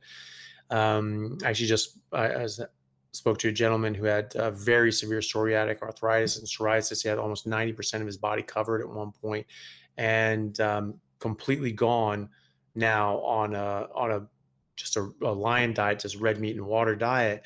And he tried sort of adding in dairy, and just flares right up. He just cannot Hmm. um, deal with that. His body's just not handling that. And Crohn's as well. I have patients with Crohn's. They absolutely cannot tolerate any dairy whatsoever. And so I think it's probably best to be avoided. The thing is that it it usually will cause problems for people with autoimmune issues. If it doesn't cause problems with you and you enjoy it, go for it. I tend to avoid the milk anyway, just because of the carbohydrates, because I want to keep my blood sugar down, my insulin down, and keep that in more normal levels, so it's not out of balance, affecting everything else in a unbalanced way. But if you like it and you want to have a bit of cheese, I think of it as sort of a gray area. It has good nutrients, but it doesn't have Hmm. everything. It's not complete nutrition. There can be a bit of inflammatory problems. So if you tolerate it well, and again, it can cause more eating, it can screw with your hunger signals. Hmm. And so if you enjoy it and it doesn't cause problems for you, then just use it, sparingly and as a condiment. Just melt some cheese on meat or eggs or something like that. Hmm. But don't just eat chunks of cheese and bowls of, Hmm. plain yogurt or Yeah. just gallons of milk. Um, and if you have an autoimmune issue, I'd be very careful. If you have rheumatoid arthritis or you have Crohn's disease, you know, or psoriasis, even, it's going to show up pretty quickly, right? So if Hmm. you start getting these rashes all over your body, you're like, oh shit, okay, I've done something to piss off Yeah. my illness. Or if you have rheumatoid arthritis, all of a sudden your joints just flares up and you can't walk or move your arm properly, and you're in a lot of pain. Or Crohn's, you have bloody diarrhea for the next Hmm. 3 days after having a glass of milk. It's like, okay, well, I'm never doing that again. Whereas Hashimoto's is much more subtle. Yeah. And so you may have it and you may flare it up and you may jump up Hmm. your antibodies, but then those antibodies go up and they start slowing down the functionality of your thyroid. And then over the next few days and weeks, you start feeling a bit more run down. You may not actually equate the two, Yeah. because it's a bit distant. So my patients with autoimmune issues, if they have one of those ones that are affected in a Hmm. more acute manner, um, they stay very strict, just red meat and water, because they slip Hmm. off at all. I the people that have bacon and all of a sudden they get a flare, like, nope, absolutely not, just nothing but Hmm. beef, lamb, and water. But then I have Hashimoto's patients. I find that it is more difficult to keep them on a tight lion diet because they don't see the negative effects straight away. I agree. And it's just, yeah. And so you just have to be more conscious of it. Um, but when people are, even when they're just cleaned up their diet, like you said, eating mostly meat, having a bit of fruit, and you're going to see your antibodies come down. Yeah. That's great. When people are more, the more strict they are, just red meat and water, the faster they're going to come down. Hashimoto's takes a long time. It takes several months to bring this stuff down, if not over a year or more, depending on Yeah. how high the antibodies are. Um, and then I see people that sort of say, well, sort of want to eat whatever and just maybe enjoy a vacation or something like that. And then all of a sudden they're just feeling rotten and really low energy for the next, Hmm. month afterwards. We check their antibodies again. They're slammed up Yeah. again. So you got to be careful, because Hmm. you slip off, especially if you slip off hard, you're going to really trash your antibodies, and you're going to elevate your antibodies, and they're going to trash your body. So yeah, it's important to be pretty strict with it. But if you are, Hmm. it goes away, which is amazing. That's so empowering that normally it's just like, yeah, there's nothing you can do. Your thyroid's gonna rot away, and then it's gonna die, and you're gonna have to get it taken out, or you get a cancer risk, and and be on medication for the rest of your life. Well, this allows you your freedom back. This allows you your life back. This gives you a chance to say, okay, no, actually, I'm gonna control this myself and not have a problem anymore, not need those Hmm. medications. So it's actually quite great that this option is available for people who want it. Yeah. No, I agree. And usually most of the people who has autoimmune issues is mostly because they eat processed junk, they eat most of their stuff. So that's usually what people have. But then obviously some people they get triggered by eating fruit, some people they get triggered their autoimmunity by eating veggies, even milk, which is also considered part of the carnivore diet, keto diet, and they still have problems, and we just need to account of it. That's what I talk about. Like, I did a manual recently about talking about dieting and stuff, and I was talking about bio-individuality, and that's like a very big factor for everyone. And sometimes you gotta be like you're your own doctor, right? Like you gotta know what you're feeling, and that's the big problem about Hashimoto's because it is really hard to identify right away. And sometimes it can be one food, but it can be the other, and you're like, oh, I don't know what's happening. So maybe like eating strictly meat, that's much better for you to identify the possible problems, the possible outcomes from it. And Yeah. I want to talk about the carnivore diet now for high performance. Mhm. So I do triathlon, for example, and like those high performance athletes who does um, miles of running, swimming, whatever. Um, so what do you think? What do you have to do on the carnivore diet for, let's say, for these high performance endurance athletes? Because from what we've been told, you got to eat a ton of carbohydrates, right? So what Yeah. would be the possible way for you to provide energy the best way doing an endurance activity? Yeah. Not to eat carbs anyway. Some of the top Ironman champions and world champions, like Pete Jacobs. He was not only ketogenic, he was full carnivore, and he was very open about that. And many others, some of the Tour de France winner, three-time, four-time Tour de France winner, Chris Froome, is Mhm. ketogenic, all these sorts of things, That's and cycling, right? Tour de France. cycling, yeah, Yeah, yeah. yeah, So that's grueling. It's like 1,600 miles, just yeah. hell or kilometers or whatever, just hellish sort of cycle through the mountains and things like that. Um, that's actually sort of as a funny aside. I was looking into the Tour de France and things like that, and then the 1950s, they this is how mixed up our messaging gets, because back then everyone was told that cigarettes were actually good for you. And so Hmm. people, before they're doing the Tour de France, were actually smoking cigarettes every morning to like get their lungs up, because they thought it was good for their getting their heart Hmm. going and getting their lungs going. So that would help them in this massive grueling race. And that was back when these were on dirt roads. They weren't on paved roads, and they had single gear bikes. So they're going through the Alps on dirt Yeah. roads, on single gear bikes, like 1,600 miles or kilometers or whatever, and they're just smoking like chimneys because they're being told that, Hmm. that's good for your body and your lungs. And now we're being told carbohydrates and sugar are good for our bodies and performance, and it's just as stupid. um, if you eat carbohydrates, you can only run on the carbohydrates you've just eaten. Mhm. You lock down your fat stores. Your insulin gets up high. You cannot access your fat stores. And so you only have access to the glycogen and carbohydrates in your blood sugar, and that's it. And then you bonk, or what they call it, you Mhm. just hit the wall. When I was growing up, it used to be called hitting the wall. And it used to be you had to Yeah. push through the wall. You said if you hit the wall, if you keep, and most people stop there, you just keep going, you push, push, push, and then you'll break through the wall and you get your second wind, you get your runner's high, and you can just keep going forever. What that is metabolically is you Mhm. run out of glucose and glycogen, and Yeah. you hit the wall and you don't have any energy and you Mhm. feel wretched. And most people stop there. Normally, it takes about 24 hours to 48 hours to start going into proper ketosis, where you're making and running off your body's Yeah. fat stores. But if you keep pushing yourself in those conditions, it forces your body to go in and start accessing your fat stores and going into a state of nutritional ketosis. And that's why you feel like you have this unlimited energy and you have all this, Mhm.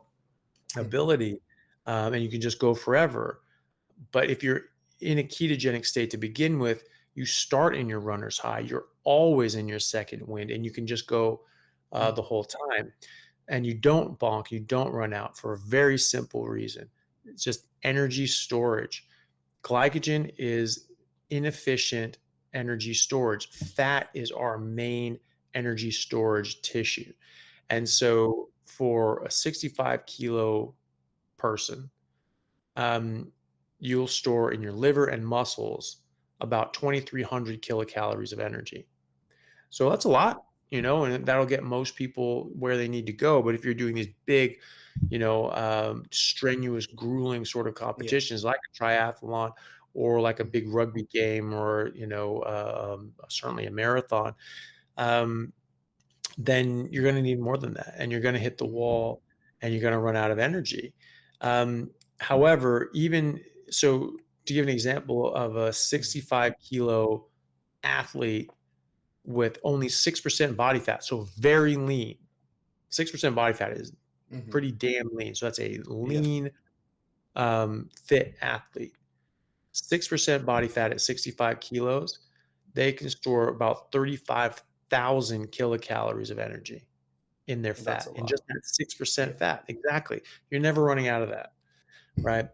And so you have access to all of that energy, and Mhm. you make glycogen, you make blood sugar, you make ketones now too, and your muscles can run on ketones and do actually run very well on ketones, actually better on Mhm. ketones and oxidization.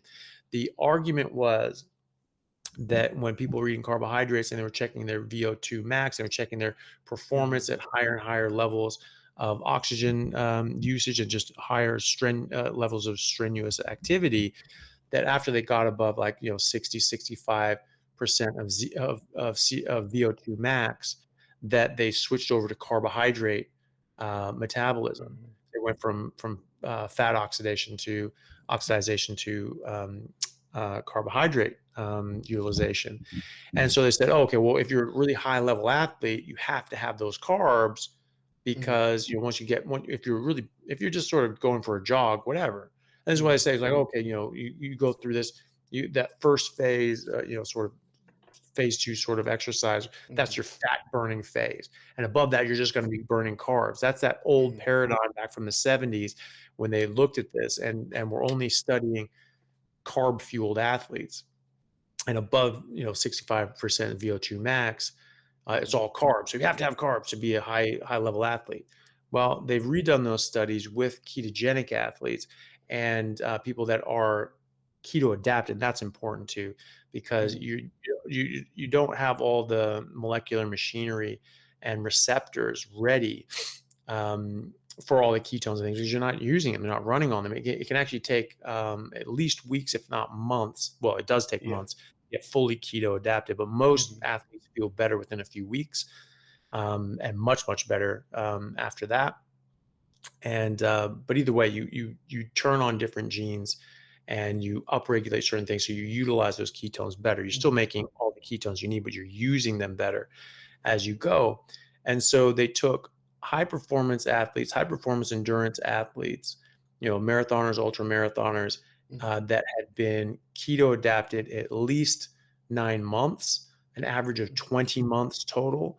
And they put them against other elite endurance athletes. And they started saying, okay, Mhm. let's see your performance. They had them run 100 miles, right?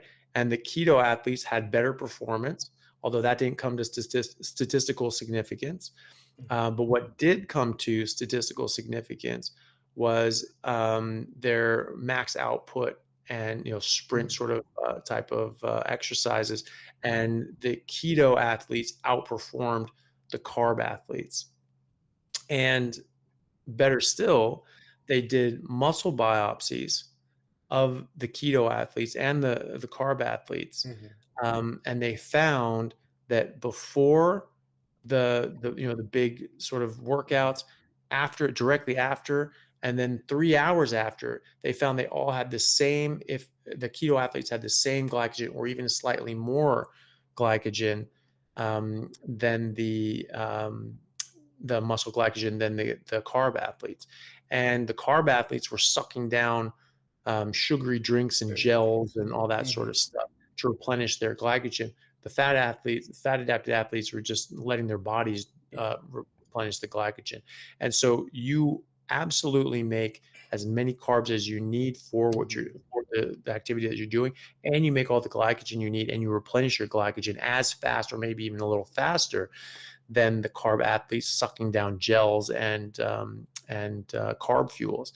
So it's so they found that it's actually advantageous in a lot of ways to be a ketogenic athlete, Mhm. because you certainly have this energy available to you, um, and when you're keto adapted, you have this energy available to you.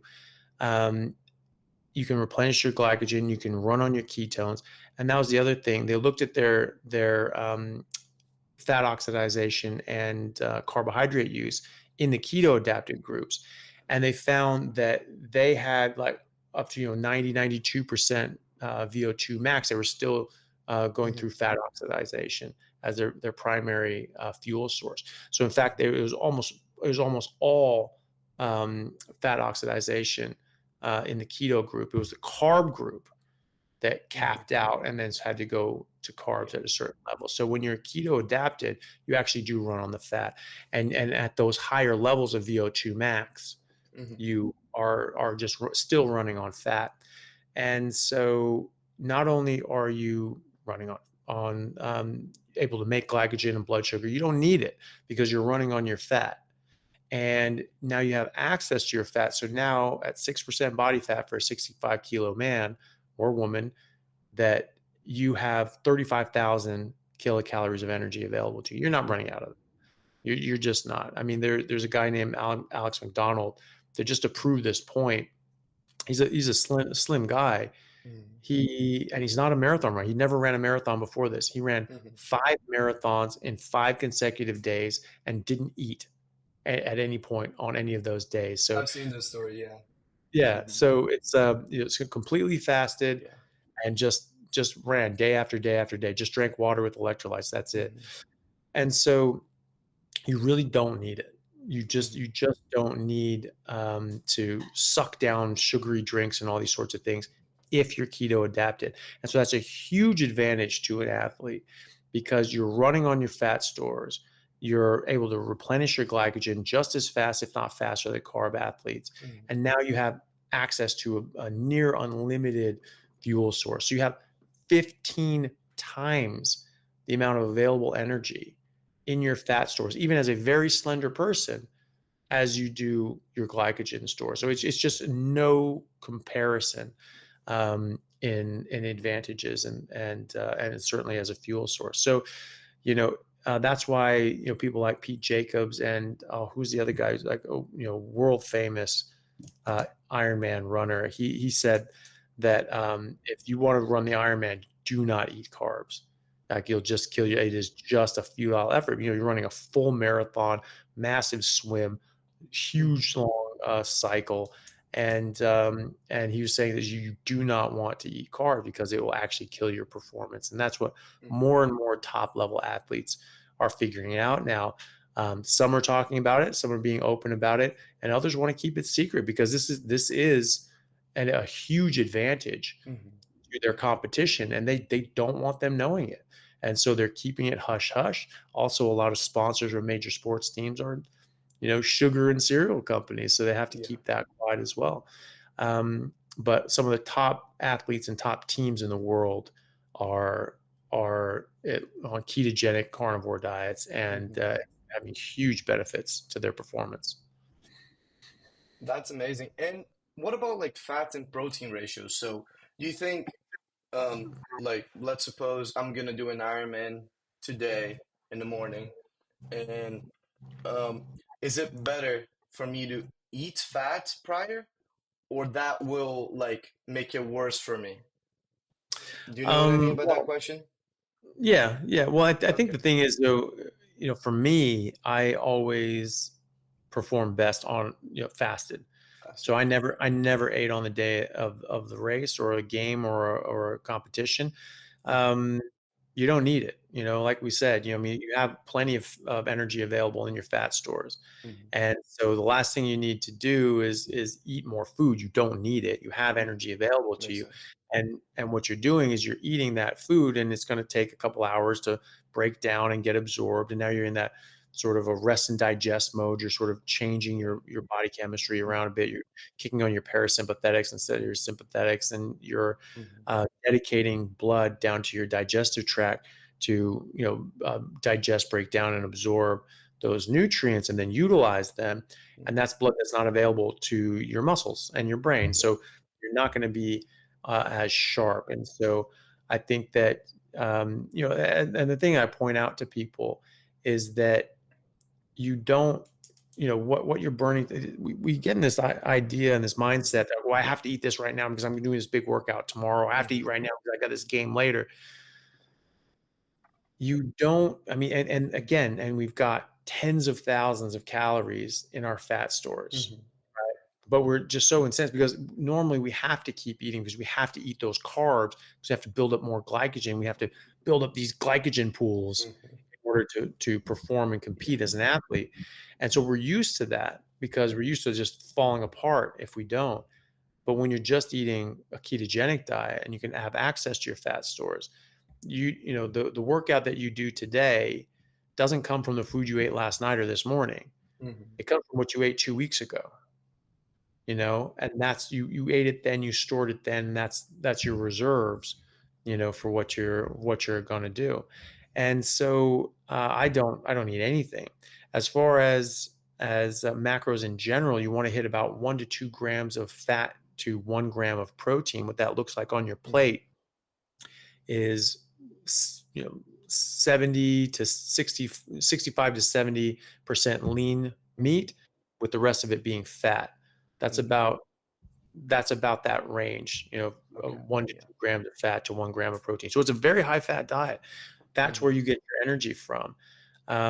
One quick tip on how to find out if you're eating too much protein, or not really too much protein, but just more protein is surplus to demand and maybe not getting enough Hmm. fat, is if you check your urea in your kidney function test, your renal function panel. If your urea starts to elevate, but your creatinine's normal or your cystatin C is normal, so your kidney function is normal, but your urea comes up independently of that, that can be just that's a breakdown product of amino acids. And so you're breaking down the nitrogen group off Hmm. the amino acids, that turns into ammonia, then that gets turned into urea, and that gets passed out in the kidneys. And it has other jobs as well. But Hmm. if that's getting elevated, it's not harmful. It's not damaging your kidneys. Hmm. Protein does not damage your kidneys. Protein is actually higher protein diets have actually been shown to improve kidney Hmm. function, not damage it. And but if that urea is up, it just means you're eating either not enough fat, so you're Hmm. dipping into your protein load to get enough energy, so you have this byproduct, or you're eating a lot more protein that's surplus to demand. We don't Hmm. really have a way of storing protein, so you convert that into glucose and then you convert that into fat, and that's how you store Hmm. that. So that's what that means. So if your urea is slightly elevated, you just eat more fat, and that sorts that out. But um, fat's really important. It's an essential nutrient. Mhm. It's not just a calorie source. And so if people have excess weight and they're like, oh, well, I have extra fat, so obviously I don't need to eat fat. No, because that doesn't have all the vitamins and minerals and nutrients that you need. You need fatty acids. There's certain essential fatty acids you have to have, or you can get sick and die. There are essential fat soluble nutrients and vitamins that you have to have, or you get sick and die. So you do need to eat this stuff. And I find that when people try to skimp on the fat to try to lose weight, they might lose weight at first, but they actually can Yeah. can feel pretty unwell doing it, and it can actually stall fat loss because you're basically telling your body you're in a famine. You don't have adequate access to food, and so your body just slows down your metabolism and actually starts storing and sequestering Mhm. that fat because it needs to save it because it's the rainy day fund, and you have to be very careful with that. Whereas if you're eating all the fat and protein that your body wants, and you're eating fatty meat till it stops tasting good, then you'd actually tell your body that you're in food surplus, and your body says, okay, well, let's just raise your Mhm. metabolism up. So you encourage your metabolism to go up, and you actually end up burning more fat as a result of that. And it usually gets people through a Mhm. stall and makes you feel a lot better from an energy standpoint. And certainly as an athlete, you really don't want to skimp on the fat because that's where all your energy comes from. Makes sense. And now I'm going to talk about the nutrient deficiencies that people talk about the carnivore diet, for example. And I Mhm. want to talk about two specific ones. And the first one is about vitamin C and why I've never seen any carnivores on scurvy since then. Mhm. And they say there's, a low amount of, very low amount of vitamin C, not Mhm. eating any carbs besides eating, let's say, oranges, for example. Yeah. Well, depending on what you eat, your body needs a different constellation of nutrients, vitamins, and minerals. And so, like I mentioned earlier, if you're eating carbohydrates, you need more vitamins such as vitamin A. And so, if you have hypervitaminosis, say if you have too much vitamin A when you're on carnivore, if you add in carbs, all of a sudden maybe it's not so much. Maybe that's the right amount. It's the same thing with vitamin C. If you're eating different things, if you're eating a mixed diet, you need a different amount of vitamin C than you do if you're not eating a mixed diet, if you're just eating meat. So these RDAs are, first of all, they were figured out at a time when we were all eating a mixed diet. We're all eating sort of carbs and everything else. They were also figured out by Ansel Keys, that charlatan. So he had to be doing some good research and studies at some point, or else he wouldn't have had a reputation to sell to the highest bidder. But Mhm. at the same time, sort of everything that guy does is a bit suspect to me. Um, but either way, it was done at a time when we were all eating sort of a mixed diet. And vitamin C gets absorbed very differently depending on what you eat. So vitamin C chemically sort of looks like a fructose molecule with a little Mhm. tail on it. And so it actually has the same receptors that actually pull them in as a GLUT4 receptor Mhm. in our guts. And that competes with carbohydrates. So you're getting some milligrams of vitamin C, but you're eating hundreds of grams of carbohydrates. So you got tens of thousands, hundreds of thousands of times the Mhm. amount of glucose and sugars coming in, and that's going to overwhelm the vitamin C. So you need far less vitamin C if you're not eating it with carbohydrates because you just absorb so much of it more. And so, one way of thinking about it is if you eat carbohydrates, then you need vitamin C measured in milligrams. But if you don't eat carbohydrates, you only need vitamin C measured in nanograms. So that's a millionth of a milligram. Mhm. So a lot less. There's a big, big difference.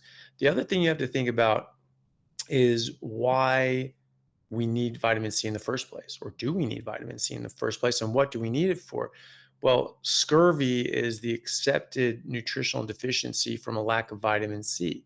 What is Mhm. scurvy? It's a misdevelopment of collagen, and so you have proline and lysine, and if they're just in that proline and lysine form, and you have these sort of this helix of protein chains, Yeah. and they sort of bounce off each other. They're sort of have repellent charges, and so Mhm. they're sort of pulling away. So you have this loose, frayed rope that's sort of trying to pull it away at each other from itself. So it's going to have weak collagen. It's going to be a Mhm. loose, weak rope, and it's not going to be good building structural material. And so you're using that for your structural components. Your tissues are going to start breaking down. Your vessels are going to start breaking down. You're going to start bleeding gums. You're going to get arterial dissections. You get aortic Mhm. dissections. You die. It's very serious. Um, unless you get those proline and lysine molecules hydrolyzed. And so when they hydrolyze, now they have complementary charges and they pull together and stick together really tight, Mhm. strong collagen. And that's just normal collagen. Um, and so vitamin C catalyzes a reaction that hydrolyzes both proline and lysine, so you can get Mhm. that big, tight, nice collagen. Well, the thing is, the meat has a ton of collagen in it, and it also has a Mhm. ton of hydrolyzed proline and lysine already. Mhm. So you don't have to do it de novo. If you were just getting normal proline and lysine, like from plants or whatever, then you would have to convert that yourself. Mhm. But if you're getting it from meat, it's already the work's already done for you. And so you get that in, and you're just making this very tight, good collagen without vitamin C. You don't need the vitamin C, so you're not eating carbohydrates. So you need 1 millionth the amount of vitamin C anyway. And if you are eating a lot of meat, you don't need vitamin C to make collagen at all in the first Mhm. place. There are other things that vitamin C can be used for, but you don't need it for collagen if you're eating enough meat with collagen and the building blocks for collagen. And when in doubt, you just think of the Inuit. You could argue there's all these different, the Plains Indians and the Native Australians and all these sorts of things. They were just eating meat predominantly, and there's just copious amounts of records going back hundreds of years, and their own records going back, since time immemorial, that they were just eating meat.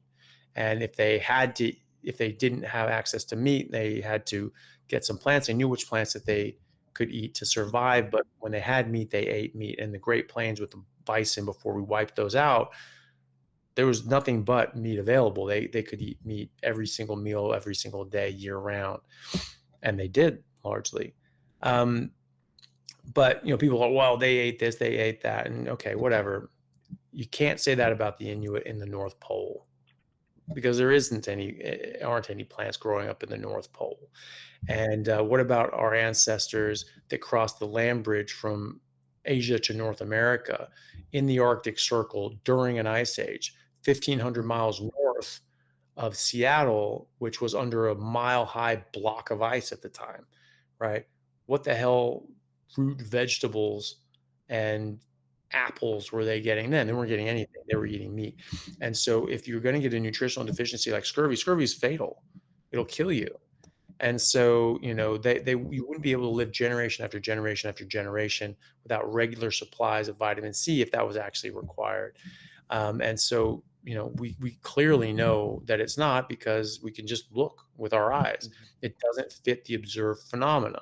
We have people that have never eaten plants, they only eat meat, and they don't get scurvy. You have the Maasai. This is a good one, because the Maasai are carnivores traditionally, Mhm. but they also drink a lot of milk. And so milk has a lot of carbs. Yeah. And so you're going to be blocking out the amount of vitamin C that you get Mhm. from the meat and the blood that you're drinking. Um, and so because you're going to block out a lot of the vitamin C, if you did need it to get scurvy, they should be done for, right? Because they're not going to be really absorbing anything. And Mhm. there is vitamin C in meat, but it is quite a small amount in just muscle meat, Mhm. skeletal muscle. There's more in the organs. Yeah. So, there's more vitamin C per gram of liver than there is per Mhm. gram of apple, for Yeah. instance. Um, but that's not what they're eating every day. They're not eating liver every day. They're eating milk, blood, and they get meat sometimes, but it's mostly meat, milk, and blood. And sometimes Mhm. uh, it's predominantly milk. And yet they don't get scurvy, Mhm. right? And they're not getting any of these nutritional deficiencies. And they have a lot of carbohydrates, which are going to block out what little vitamin C they get Mhm. from the meat and the blood. So if you're eating enough meat and you're getting animal proteins and collagen, you don't need vitamin C to not get scurvy. It's not going to happen anyway. It's really rare. Like, and I see a lot of people taking supplementation for, Mm. I would say no reason. So yeah. And what Yeah. about vitamin K1 and K2? K1 derived from plants, K2 derived from from animals. And what's like the difference between them? And what's the because a lot of people say you gotta ingest a lot of vitamin K for cardiovascular health, for example. But do we really need vitamin K1 because um, that is derived from plants, and do we actually need it? Is it like necessary for us? No, not really. The K1 can convert into K2, but it's like a 2% conversion rate. And so what you really need is K2. And that's something that Weston A. Price found, that these fat Mhm. soluble vitamins that only existed in animal products were what people were lacking in their jaw and tooth development, and the development of their hard palate, etc. And that's in dentistry journals now. I've found Mhm. papers in dentistry journals showing that crooked teeth, crowded teeth, smaller jaws, Mhm. that this is actually from largely from vitamin deficiencies, and mostly K2. D3 as well, calcium, a bit of those, but K2 was Mhm. the most commonly lacking in people that had screwed up teeth. And then you just don't develop your teeth are your teeth, and they need to come into space. But Yeah. if you're not developing your hard palate, which is the top part of Mhm. your where your teeth come out of, and it's too small, it's going to come in all crowded and crooked because they're Mhm. just going to be folding all over each other. Same with your bottom teeth. If your jaw is too small and these teeth are trying to come in, they're all going to be all over the place. They're just trying to stick in. They're just shooting every which way. So it's um, it's very important to get these sorts of things, and yes, for cardiovascular health as well. K2 is being seen as more and more important, and it's one that we're sorely lacking in. They say, well, kale, it's vitamin kale. It has all this vitamin K in it. That's K1. We don't need K1. The plant versions of things are largely things we don't need and don't want. So you get K1 instead of K2. You get vitamin D2 instead of D3. You get omega 3s, but which omega 3s? You don't need random omega 3s. You need specific omega 3s. You need DHA and EPA. That's what your brain is made out of. Mhm. 20% of your brain is DHA. Well, plants don't have DHA or EPA. They have ALA. We don't need ALA for our brains, and ALA doesn't convert properly into DHA and EPA. Mhm. Best case scenario, you get about 5% conversion, but there are studies out there that show that as you increase ALA in ingestion, you actually Mhm. reduce your DHA. So that's not helping. Um, you need omega 6s, but which omega 6? You need arachidonic acid. Plants have Mhm. linoleic acid. You don't need linoleic acid. You need arachidonic acid. And the list goes on. You get beta carotene instead of retinol. Mhm. You get sterols, phytosterols instead of cholesterol. Our hormones are made out of cholesterol, not phytosterols. Our cells, the cell membrane is made out of cholesterols. Phytosterols get in there and they make our cell membranes more stiff and rigid, so our red blood cells Mhm. die early. We can't use phytosterols for our brain. Our brain is largely made out of cholesterol. Bile is made out of cholesterol. Mhm. So, we don't use phytosterols to make our hormones. All our sex steroids are made out of cholesterol. So the plant versions of things are garbage. You don't need them. You don't want them. They can somewhat convert into the ones we need sometimes, and other times not. And they also come with a lot of horrible things as well. So you get the bad with the good. You get the plant toxins along with the you know mediocre poor man's version Mhm. of nutrients as well. So it's all a big marketing campaign saying, look at all these vitamins and minerals and this is and that's. Well, they're not the ones we need, and they're not bioavailable. They're bound up in ways that we can't even access. So yeah, the plant versions of things are well, it's literally a poor man's version, because that's what the poor people Mhm. and starving people would eat, because they were starving, and that's traditionally why people ate plant food. The rich, the aristocracy, the gentry Mhm. would eat meat because they could afford to. Um, the peasants were not allowed to hunt.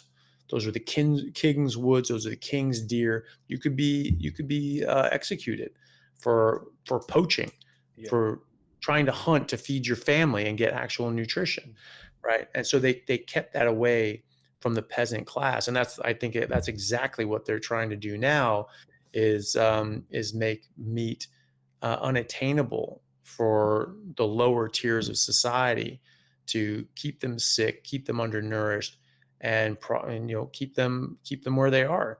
And that's what I'm trying to go against. I'm trying to get people healthy and happy and be able to afford meat, and because that is the healthiest way that we can eat, and everybody deserves that. That's a human right, to be able to um, get healthy food and be healthy. That's just a natural law. All life on earth is inherently healthy. Mhm. And why are we getting so sick? Why are we getting sicker decade after decade? And why are we getting younger and younger um, people getting sicker and sicker and sicker? Mhm. It doesn't make any damn sense. It's completely environmental. We are doing this to ourselves, and the majority of this is coming from the food that we are eating, and not eating. We're not getting enough really healthy food. So, plant food is survival food. It's if you're dying and you can't get anything else, or you can't get enough meat, you have to flesh it out by eating plants. But if you're able to access meat and you have access to it, and you can afford it, and it's available where you are, Mhm. that is hands down the most nutritious and beneficial food that exists on this world. Grass-fed steaks, the best. That's it. Yeah. Yeah, I want to talk also about the microbiome. So, on the carnivore diet, obviously, there's no fiber in it, and we have been told that we need to eat fiber not because we will digest, but because that feeds the bacteria inside of it. And what are your thoughts on that? Do you really need fiber? Is that a real thing? You No, know? no, not at all. No. And again, think of the Inuits. Like, they don't have fiber, and yet they're some of the healthiest people Mhm. out there when eating their natural evolved diet. Now they've been more ingratiated into Western society, and Mhm. eating more Western foods. They have a very high smoking rate from a very early age. They like, sometimes, as um, one one article I saw said that they start smoking at around 8 years old. So they start smoking Yeah. very, very young, and yet they still have some of the lower rates of heart disease in their natural communities in Canada when they go in and start eating, garbage in the cities, or getting all this garbage, Mhm. shipped out to where they are. Yeah, they get sick, and they get sick, quite seriously. But when they're eating their traditional diet, or like the Maasai, really traditionally don't eat much, if any, fiber, they're not getting any of these problems that people equate to, low fiber or no fiber, and it's just an association. There's no causes of studies showing any sort of loss Mhm. when you don't have fiber. From the microbiome standpoint, you have to think about what they're comparing this to. It's always compared to what? Any economist will always, it's compared to what? Compared to what? Well, they have better microbiome when you eat fiber. Compared to what? Compared to people eating a processed food garbage diet that doesn't contain fiber. That's what they're Yeah. comparing it to, because that's the Mhm. standard, example to compare it to. So people that eat more fruits and vegetables, more whole foods, they have more fiber in their diet and they have a better microbiome. Okay, well, is Mhm. it because of the fiber, or is it because they're not eating high octane processed chemical slop? Mhm. And that's Yeah. changing and disrupting their microbiome. They Mhm. haven't done those studies with people eating a zero Mhm. fiber or low fiber diet on who are eating carnivore. They haven't done that. They have done studies on microbiome in the Inuit, and it's actually very healthy. And they don't have fiber. In fact, there are people who study the microbiome that love the carnivore diet, because they say it actually gives you very healthy and diverse gut flora. And I've seen more and more people testing their own microbiome now, and they're improving it dramatically by Mhm. going on just a carnivore diet. One reason I think that is because your oral biome notably changes when you eat a carnivore diet, a ketogenic carnivore diet, and you change from having these bacteria that make a lot of acids and rot your teeth and make cavities to ones that actually protect your teeth. Because all animals in the wild, they have bacteria in their mouth. They don't brush their teeth, Mhm. they don't have dentists, and yet they don't lose their teeth either, humans included. Mhm. And um, and that's because if you lose your teeth, you die. You can't eat anymore. You can't hunt. You can't kill. You can't defend yourself, but you can't eat. And so you have to keep your teeth. You keep your teeth as long as you live Mhm. because you don't live after you lose your teeth in the wild. And so the bacteria that you have in your mouth and in your microbiome has to be complementary to you and complementary to your natural diet. It's only when you go outside of that diet that you start rotting your teeth and getting weird gut dysbiosis. Mhm. And so our oral biome as carnivores improves dramatically. And when you're chewing and eating things, that bacteria from your mouth gets into the bolus of food and you swallow it. That sort of goes down your stomach and is all bound up. And deep inside that bolus of Mhm. food are these little bacteria, which can potentially slip through and past your stomach acids and get into a more Mhm. favorable area of the gut. And some of those sort of like a probiotic can get past and down into your colon potentially. And so I think it's your oral biome getting healthier, and Mhm. and that's seeding your microbiome. Mhm. And so we see people go from a healthy, whole food, ketogenic diet with whole, fresh, fruits and veggies and fiber and meat as well. And they got a friend of mine, Ben Azadi, got his microbiome tested as he'd been doing clean keto for years, Mhm. and and his microbiome was okay. It wasn't anything special. And then the recommendation was, okay, eat more fiber, eat more fruits and vegetables, and eat Mhm. less red meat. Well, I mean, what's the evidence for eating less meat being better for your microbiome? Zero. There's no evidence for that. Um, and so they said do that. And so he did the exact opposite. He got rid of all fiber, all plants, all fruits and Mhm. vegetables, and only ate meat and predominantly red meat. And in 3 months, he checked his microbiome again, and it was stellar.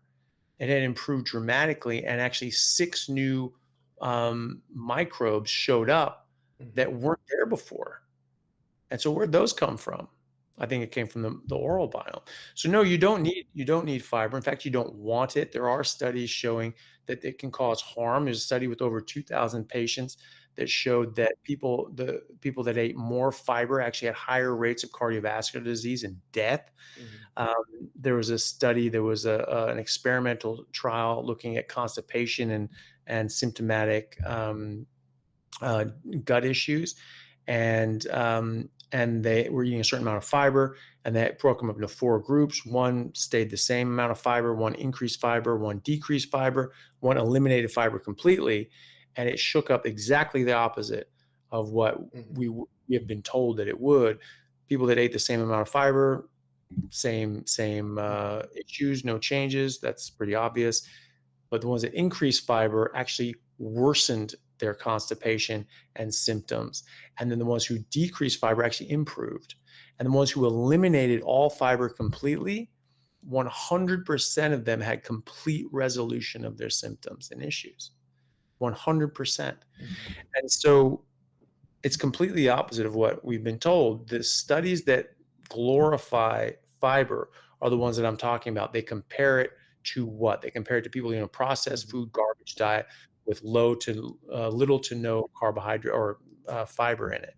And so now they're eating more fruits and vegetables. So is it because of the fruits and vegetables? Is it because um, of the fiber in those fruits and vegetables, or is it because they're not eating crap and healthy user bias? If they're more likely to eat more healthy, eat in a way they think is more healthy, they're more likely to do other things they think are more healthy as well. And so then there are some studies that look at just adding a fiber capsule to people eating a highly processed Yeah. garbage diet. And what were the results? They said, wow, it lowers your blood sugar. Great. fiber is an anti-nutrient. It can block out up to 30% absorption of the food that you eat. And so if you're eating a lot of carbs and this blocks out 30% of it, yeah, that's going to lower your blood sugar. It's not going to be as high of a rise as these other things, because you have to think about how these things work. What's the mechanism of action? And that's how fiber works. It blocks out the absorption. And so we have diabetes medications like acarbose that block out the absorption of carbohydrates. That's how they work and benefit diabetics, is that you're eating carbs. Well, just stop eating carbs. But if you're going to eat carbs, then this blocks it out. So if you're eating carbs and you're eating fiber, okay, that's going to block some of that out. Okay, so that could be an advantage in that circumstance. But if you're not eating garbage, you're not eating a bunch of sugar and carbs, and you're just eating healthy meat, you don't want to block out 30% absorption. And then there was another one that some idiot sent me. There was like a meta-analysis um, of studies showing how good fiber was. But there's a saying in academia and in these studies and statistics really, that garbage in, garbage out. You have a whole bunch of studies that are garbage. You put that into a meta-analysis, you have a garbage meta-analysis.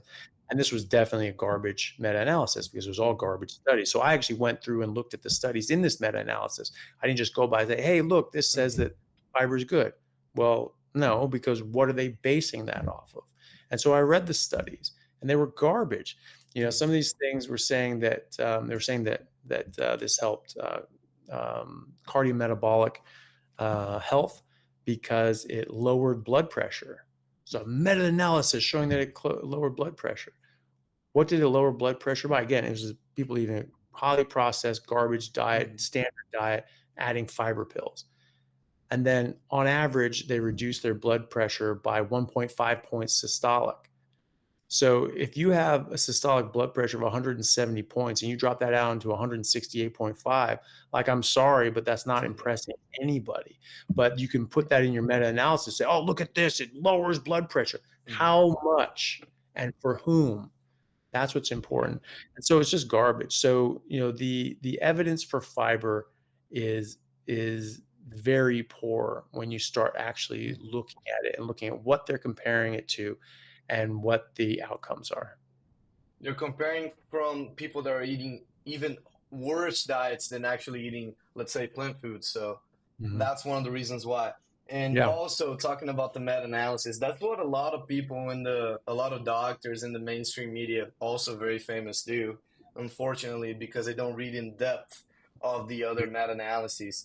And so now you were one of the most famous people talking about the carnivore diet alongside with Sean Baker, for example. And what are your goals as an influencer and also as a person? It's really just to, and thank you. I don't know if I'm famous at all, but you maybe this very, very tight little circle. But Yeah. um, the whole point has always just been to just get the information out there. I've found it to be extremely beneficial to my life and my practice and my family's health, that this is something that everybody deserves to know about, and then to make their own decision. And if you don't want to follow that, I really don't care what people choose to do as an adult. It's really important that people be allowed to make their own decisions, but it's equally as important for them to be able to make informed decisions. And if they don't have the information, then they can't make a properly informed decision. So that's all I want to do. I just want to get the information out there. This isn't my job. I don't want this to become my job. I actually really like seeing patients. I really enjoy doing surgery. And that's what I want my life and career to be, is seeing patients, treating patients. But I'm I'm really aware of the fact that 90% plus of the issues we treat as doctors are now these so-called chronic diseases that are Yeah. really just a consequence of eating an inappropriate diet. And so I really just want to get this information out there so that people understand that they can get rid of these horrible diseases, because they're not diseases.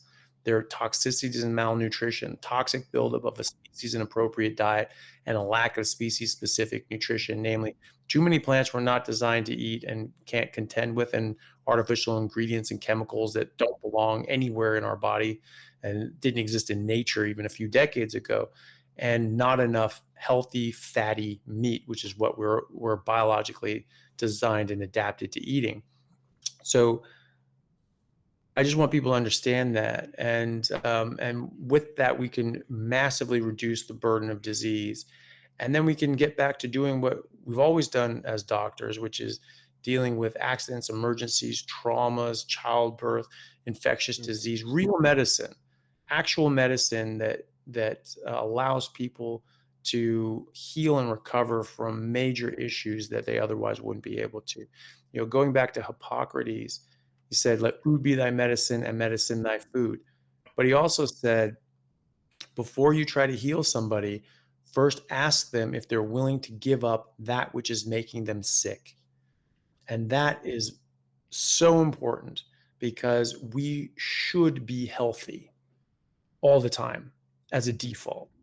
And so if we're as sick as we are, it's because we're doing something to ourselves. So Mhm. say, hey, look, you've got, chest infections all the time. You're developing emphysema and heart disease. You need to stop smoking.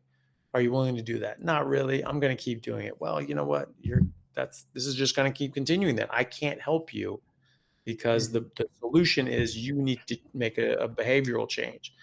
Same thing with food.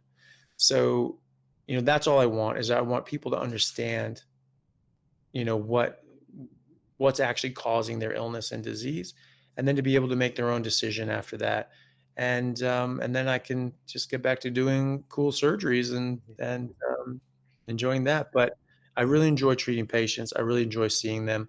I really enjoy seeing their improvements, and you can really affect people's lives in very positive ways. And the rest of medicine is getting burnt out because Mhm. using traditional standards of care, people are just getting sicker and sicker, and they're just slowly getting worse. Instead of quickly getting worse, you're slowing it down, Yeah. but they get worse.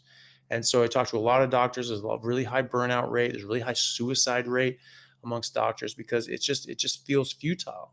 That no matter despite your best efforts and all you're doing, and you're studying for decades, and you're learning, and you're teaching, and you're doing all this sort of stuff, and it's for nothing. People are getting sicker and sicker and sicker and sicker and sicker until they just die, and it's really defeating. Whereas now, I'm actually seeing people reverse diseases that are thought to be irreversible, where they're not, because they're not Yeah. diseases in the first place. It's like And autoimmune problems. oh my gosh, autoimmunity they just go away Mhm. if you just stop eating plants. It's amazing how much that has an effect, and diabetes as well. Heart failure. I've Mhm. had a growing number of people and patients of mine, and people that I've spoken to that have gone on a carnivore diet with heart failure, congestive heart failure, and they're down at like 10-12% ejection fraction, Mhm. and then 3 months, I mean, they're circling the drain, getting closer and closer to requiring a heart transplant, very serious, or Mhm. dying. Yeah. And all of a sudden, 3 months, 4 months down on a carnivore diet, Mhm. strict carnivore diet, and all of a sudden they have completely normal ejection fraction. Like, Mhm. what the hell is that? Like, why don't we know this? Why aren't we doing this? So, I'm getting ready to publish some, or I'm trying to put together some cases and Mhm. interesting cases and case series for to show this, to demonstrate Yeah. this. Mhm. But people need to know about this, and that's it. That's my main mission Mhm. on social media and with my podcast. All I want is just to get people out there knowing about this. This is not my job. I don't want this to be my job. I do get ad revenue from it, but like that's not Yeah. why I'm doing it. I make more money Mhm. just working, and Yeah. I spend a lot of time going to conferences, doing Mhm. lectures, doing talks at different CME and CPD Mhm. conferences. I lose money doing that. I'm not working for 2 weeks at a time. Mhm. Sometimes paying for my own travel, doing these other sorts of things. So I'm doing this just to get the message out there, just to get Mhm. the word out there, so that patients can just take control of their own lives, and that doctors and clinicians can understand that this is the most powerful tool in their arsenal for getting rid of chronic disease in their patients and actually helping them. Yeah, that's amazing. I love to hear that from you because, as I told you before, I'm a future doctor. I'm doing my Mhm. pre-med year. I'm a sophomore right now, so it has been a tough path, but still, Mhm. um, love to hear that from you. And talking about people trying to healing themselves and actually willing to, that's very true. And that's very common in Brazil. Like that, some people say like, oh, maybe like you're eating refined bread and that's not good for you. But they say, oh, I Mhm. cannot leave my bread. My bread is the best thing that I can do. And that's one of the things that I didn't know about Hippocrates that you told me, and that's one of the things that I believe a lot too. That's Yeah. very interesting. Yeah, well, it is interesting, and that's a big one. It's just like, oh, but I can't stop eating bread. I can't stop eating bread. It's like, all right, well, do it's not worth it to stop or whatever. It's just like, okay, is it, well, what do you want? Do you want to stop eating bread or do you want to lose your kidneys and go on dialysis? Yeah. I mean, how Hmm. how serious are you here? And because that's what we're talking about. We're talking about very serious disease. We're talking about diabetic retinopathy and going blind. We're Hmm. talking about, chronic kidney disease and kidney failure. The most common cause of that is diabetes. Heart disease is 1,000% increased risk of developing cardiovascular disease if you are diabetic.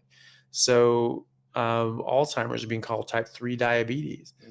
PCOS, polycystic ovarian syndrome, which is the leading cause of infertility in women, is being called type 4 diabetes. This comes from excess insulin and insulin Hmm. resistance in the brain and the ovaries and other tissues in the body. This is causing dysfunction and physiological distress. So, is that worth it to you? Oh, live a little. You got to enjoy yourself. I do enjoy myself because I'm not Hmm. sick and I'm not depressed and I'm not unwell and I have energy to go out and enjoy myself. I can go to the gym. I can go play sports. I can spend time with my family. I can travel around the world. I can, do things that interest me and excite me. My food doesn't have to be my source of entertainment. And in fact, if you're using food as a source of entertainment, I would say that you're doing it wrong because you're I agree. treating food like we treat drugs and alcohol. We're saying, Hmm. well, I know it's not good for me, but I'm just going to do it anyway because I like it and I enjoy the Hmm. experience. That's what people say with drugs or Yeah. alcohol or cigarettes. Well, I need it. I need my cigarettes because it just helps calm me down. Hmm. Okay, well, people say that about carbs. I'm upset. I'm depressed. I need this. That's a relationship with a drug, Yeah. and if you ever need it like that, um, that's definitely something you should avoid. Yeah, I definitely agree with it. And now to finish it off, thank you so much for coming. And what is your, I would say, your top five steak cuts? Just to finish it Oh, off, since you already yeah. have a good repertoire to talk about it, what's your five favorite steak cuts? Well, I mean, definitely like a big, like fatty tomahawk ribeye steak Hmm. for sure. I always like prepare them so I wet age and dry age and sort of dry out the steaks like Hmm. in the fridge. Yeah. If you use salt, you put salt on it early. You let it dry out a bit. That concentrates the Hmm. flavor, gets the water out. It browns a lot better. So that's amazing. I also do that with like a New York cut, and then it sort of just dries out a bit, and it makes the fat almost taste like almost more caramelized. It's Hmm. amazing.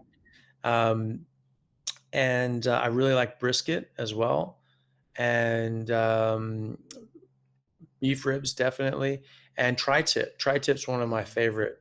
And picanha, can't forget that. I was But it's gonna almost say it. you Yeah. can almost never get it though. Like you have to Hmm. you have to know where to find it. So I don't actually know where the hell to get it here in Perth. So I haven't Yeah. had that since the last time I was at like a Brazilian steakhouse. But definitely Hmm. picanha is definitely up It's there. really good. I was gonna tell you, like, did you ever eat it? I think you did. Oh yeah, yeah, yeah. No, it's That's great. great. Thank you so much, Dr. Anthony Chaffee, for coming. It was a pleasure to talk to you. Thank you so much. And yeah, any missing message that you want to say to the public?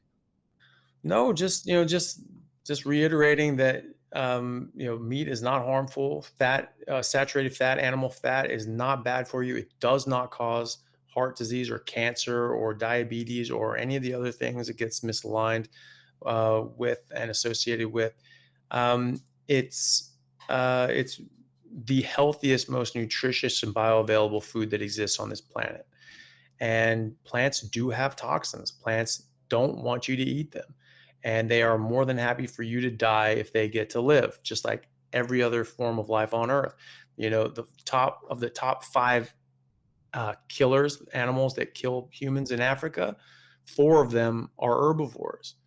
It's elephants, Cape buffalo, rhinos, and hippos, and then lions. So lions, I don't, are in there somewhere. I don't know which one's the top, but four of the top five are herbivores. They're not killing you because they're trying to hunt you and eat you. They don't want you hunting and eating them. And so all life will protect itself and with your life. They're happy for you to die. They are willing to kill other animals and threats to them. And plants are no different. And so if you for you ignore that at your own peril. So just to and then processed food is just poison. I mean, a lot of these things just haven't even existed in nature, um, let alone in our food supply, since they were made in the last century. So the idea that this is going to be good for us and we're going to be adapted to it is wild. So just don't eat that garbage. Eat what humans have been eating the longest and with the best health, and that is hands down meat. Okay, yeah. Thank you so much, Dr. Anthony Chaffee. And that was Thrive Talk podcast number 4. Thank you so much. Not a problem. Happy to be here. Thanks for having me. You too. Thank you so much.